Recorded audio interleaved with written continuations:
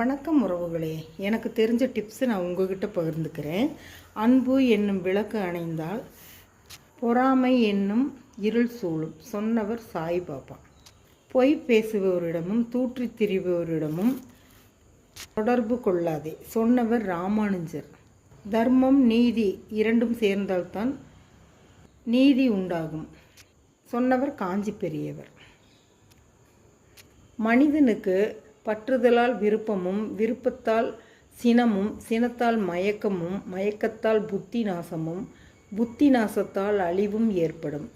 சொன்னது பகவத்கீதை. அறிவை தந்தையாகவும், திருப்தியை தாயாகவும், சத்தியத்தை சகோதரனாகவும் வைத்துக்கொள். அவர்கள் என்றென்றும் உன்னை கைவிட மாட்டார்கள். சொன்னவர் விதுரர். நாளை என்பது நம் கையில் இல்லை. நல்லது செய்ய நினைத்தால் அதை இக்கணமே செய்ய துவங்கு. சொன்னவர் சாய்பாபா.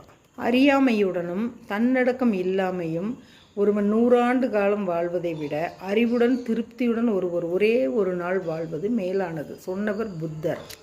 கட்டுப்பாடு சுதந்திரத்துக்கு முரணானது அல்ல. சுதந்திரத்தை நியாயமான வழியில் பயன்படுத்தி கொள்ள அது உதவுகிறது. சொன்னவர் அரவிந்தர். நமக்கு ஒருவர் தீமை செய்தால் பதிலுக்கு தீமை செய்வதுதான் உலக வழக்கம். ஆனால் தீமை செய்தாலும் நன்மை செய்பவர் உத்தமர். சொன்னவர் குருநானக்.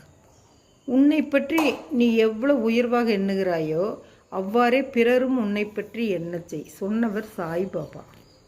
மகளிர் சக்தியின் வடிவம். சக்தியின்றி எதுவும் சாதிக்க முடியாது. சொன்னவர் சாய்பாபா.